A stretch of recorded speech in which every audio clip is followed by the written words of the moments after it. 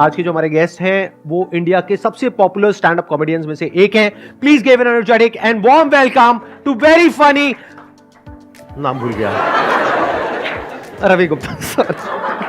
रवि गुप्ता।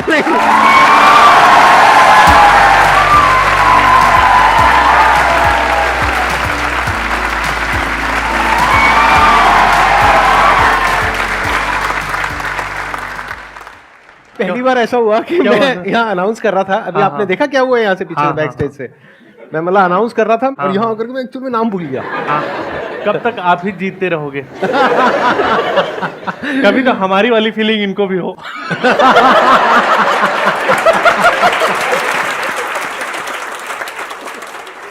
मैं सर को बहुत शुरू से देख रहा हूँ, मतलब मेरा नॉस्टैल्जिया वाली फीलिंग आ रही मुझे, क्योंकि हर एक टाइम आता है जब जिंदगी में सबको संदीप महेश्वरी तो चाहिए ही होता है।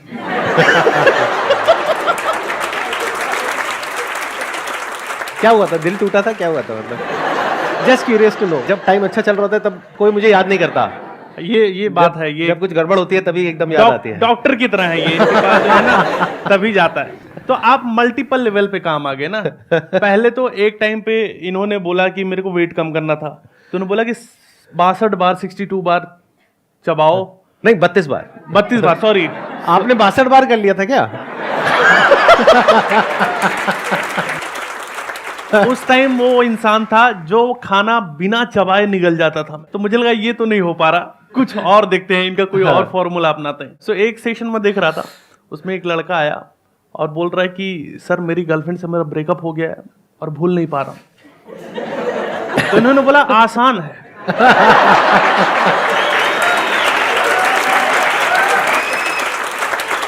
इसने बोला नहीं आसान है। बोल रहा है आपके यहां से एक सेशन करके गया था, how to not forget things. तब से ऐसा हुआ होगा।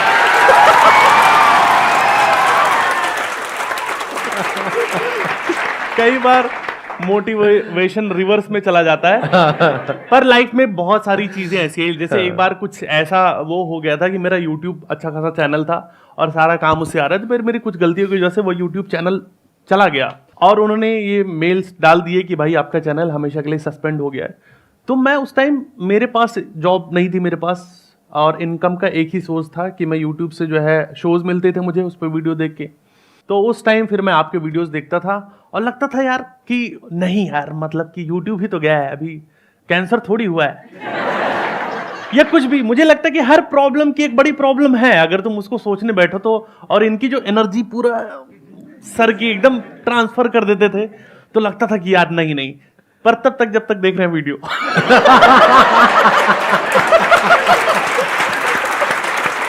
वीडियो देखते टाइम तो यस कर देंगे, फिर बाहर जा रहे हैं पार्क में बैठेंगे, अरे यार। पर एक्चुअली ये बहुत एक दवाई जैसा काम करता है सर का मोटिवेशन या सर की बातें ना, मतलब इतनी पॉजिटिव चीजें, इतनी पॉजिटिव एनर्जी, वो चीज तुम्हारे अंदर चली जाती है और एक्चुअली दिशा बदलने वाली चीजें होती हैं। ये बातें हैं, ये अब मैं बोलने के लिए नहीं कह रहा हूँ। लाइफ में बहुत सारी चीजें ऐसी आती हैं जहां पर लगता है कि यार कुछ समझ नहीं आ रहा, पर कुछ एक या किताब या कुछ वीडियो देखने की जरूरत होती है उस टाइम, और वो चीजें पूरी बदल देती है। कौन है जिसके पास में कुछ मजेदार कुछ है पूछने के लिए, कुछ कंट्रोवर्शियल है? क्या मैंने देखा यूट्यूब पे आपकी कोई कंट्रोवर्सी नहीं है, कुछ एक आध होनी चाहिए? नहीं, चलो फिर कर ही देते हैं। नहीं, अच्छा लगा जितनी देर बात की।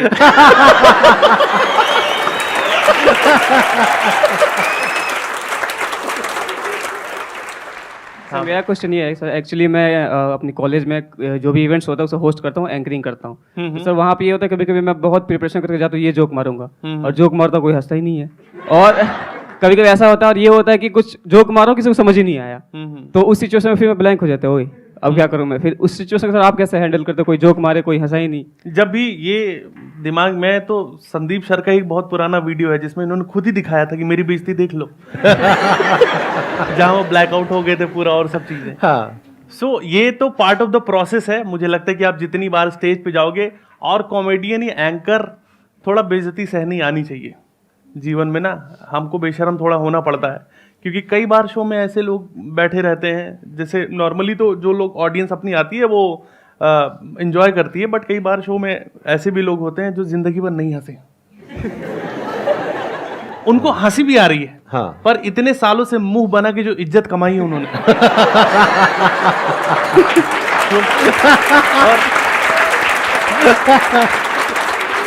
वो ऐसे कैसे खत्म कर दें। हाँ। तो पूरे शो में उनका रिएक्शन ऐसे रहता है कि हाँ। या ही इज फनी, बढ़िया तो कर रहा है। और कुछ लोग का रिएक्शन ऐसे रहता है कि ये बोलता ही रहेगा क्या, साड़ी पहन के ये नहीं आएगा नाचने के लिए। भाई कॉमेडी है, कुछ तो होना चाहिए। एक शो में तो सर मैंने देखा था, एक अंकल ने दूसरे को डांट ही दिया था, बोले कि सामने वाला बंदा कुछ बोल रहा है, तुम हा हा हा हा कर रहे हो।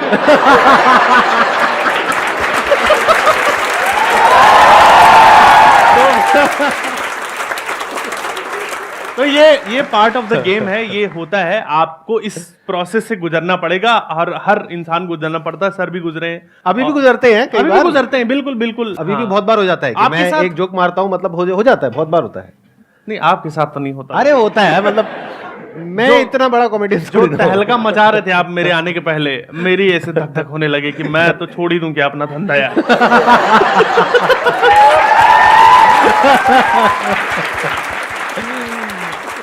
मतलब हल्के फुल्के तरीके से संभालो उसको, क्योंकि अगर आप नर्वस हो गए तो वो एक एनर्जी होती है ऑडियंस की, मतलब ऑडियंस समझ जाएगी, ऑडियंस पकड़ लेगी कि भाई यहाँ पे कुछ गड़बड़ हो गई है।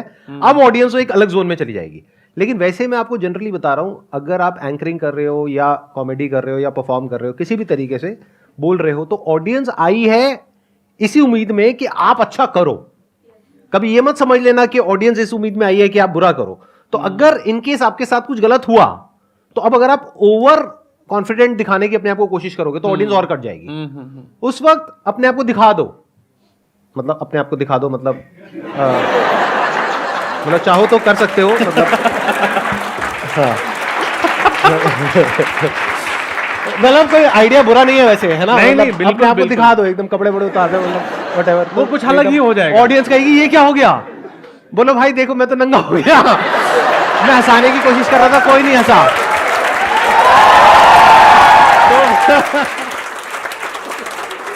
आप समझ लो कि आप बेइज्जती का लेवल पार कर गए ना। अभी हाँ। तक आप एम्बेरस हो रहे थे, अब ऑडियंस हो रही है, ओहो ये क्या अभी हो और गया? उतारेगा क्या? पर मैं कह रहा हूं कि इतना भी मत करो कि मजा आने लगे लोगों को।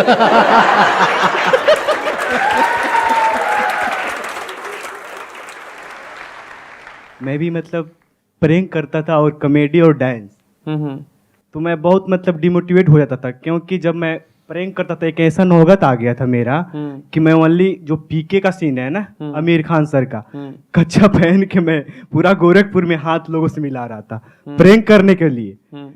तो उसके बाद से मतलब मुझे बहुत आलोचना सहना पड़ा, फैमिली से, दोस्तों से बनता है। और साथ में जो मेरे दोस्त है वो वायरल हो गया काफी ज्यादा। वो 8 कपड़े लाख पहन के रहते थे या वो भी कच्चे में थे?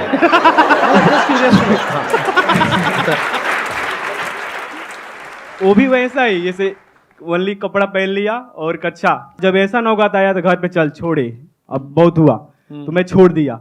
2 साल से मतलब दिल्ली यूनिवर्सिटी में मतलब मैं पढ़ता हूँ, मेरा लास्ट ईयर है, फाइनल है। तो जब पढ़ता हूँ तो बार बार जो दोस्त है सब स्टेटस लगाते हैं व्हाट्सएप पे, देखता हूँ तो मन करता है मैं भी फिर से कर लूँ। वो अभी भी यही कर रहे हैं। जी सर। अगर तुम्हें लगता है, देख के मत करो, तुम्हें किस तरीके से कर सकते हो। नंगे हो तो सड़क पे मत जाओ सबसे पहले, ठीक है? ये बंद करो। हमारे सबके साथ में प्रॉब्लम पता है क्या है? हम ये देखते हैं कि हमारा क्या करने का मन कर रहा है। मन तो आप सबका क्या क्या करता है वो आप भी बहुत अच्छे से जानते हो, मैं भी बहुत अच्छे से जानता हूँ।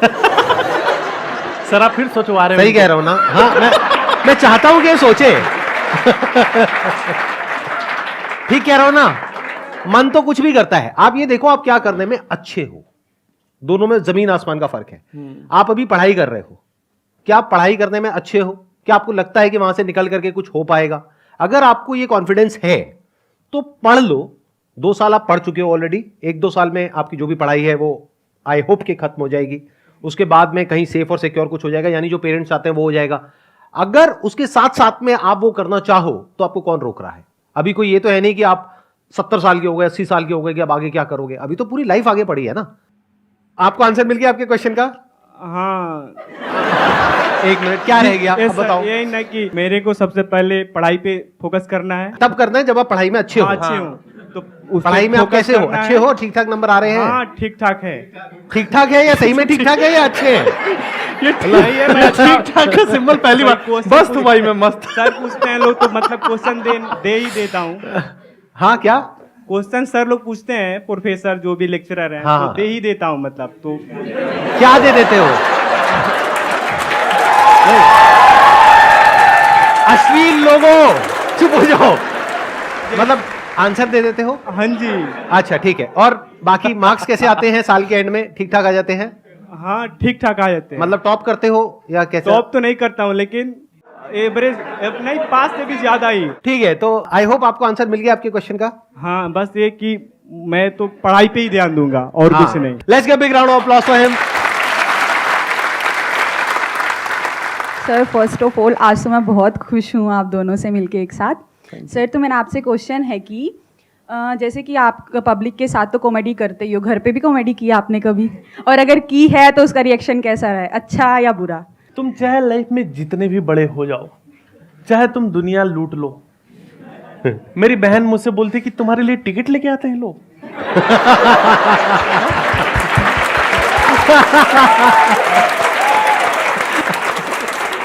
घर की मुर्गी दाल बराबर कोई औकात नहीं होती। मम्मी अभी भी बोलती कि बेटा, और मेरी मम्मी तो ऐसी है कि ये नहीं कि खाना खाओ जो है, बोला हो गए हो मोटे, थोड़े ढंग से रह लो। तो जो भी हम जो शो करके जाते हैं जब भी कहीं पर, तो वो जो रश रहता है, एड्रेनलिन, वो हर जगह जो है प्यार मिलता है जनता से, और लगता है कि तुमने कुछ तो तबाही मचाई है। और घर जाते हो तो घर वाले बोलते आओ बेचा आ गए, तुम क्या ही कर रहे हो लाइफ में। तो कॉमेडी तो निकल जाती है अंदर कहीं और जो है, और बस बातचीत होती है, खुश हैं घर वाले। सर हमारे लिए भी कोई कि हम घर पे कॉमेडी कर सके, कोई ऐसा आइडिया? आप घर पे कॉमेडी कैसे कर सको? आप शादी के लिए हाँ कर दो।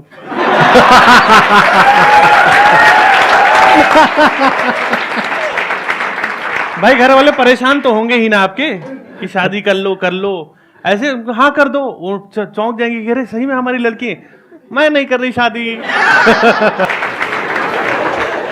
तो मेरा क्वेश्चन ये था कि जैसे कि आपने बताया कि आप एक हफ्ते तक डिप्रेस थे, तो आपने संदीप सर की वीडियो देखी तो आप मोटिवेट हो गए, तो फिर आपने पहले गिव अप कर दिया था कि भाई मेरे से यूट्यूब मेरा वो हैक हो गया या कुछ भी प्रॉब्लम आ गया, तो फिर आपने कैसे स्टार्ट किया, फिर आपकी स्ट्रेंथ क्या थी, मतलब ये पूछना चाहूंगी। और घर में आपकी इज्जत क्या है, ये पूछना चाहूंगी।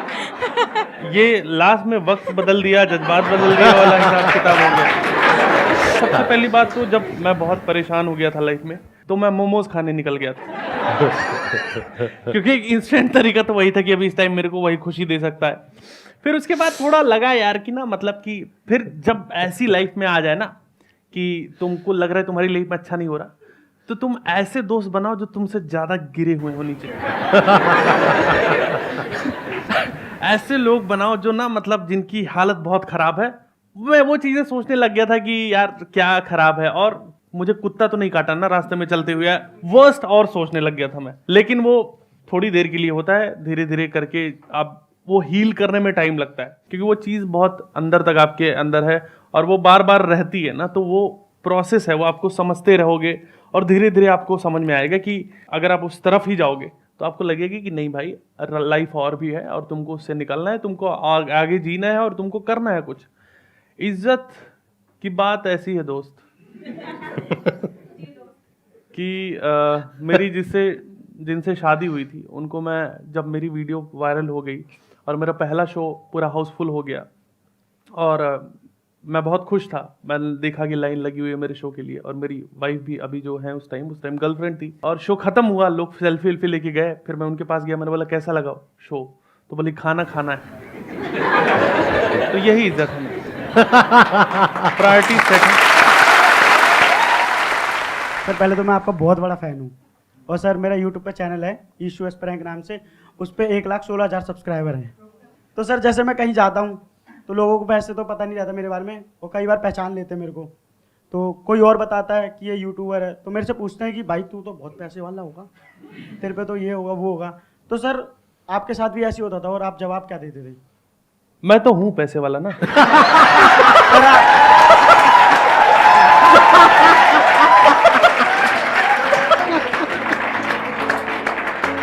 Thank you so much sir यहाँ पर आने के लिए, और मेरे को बहुत बढ़िया लगा आपसे मिल करके।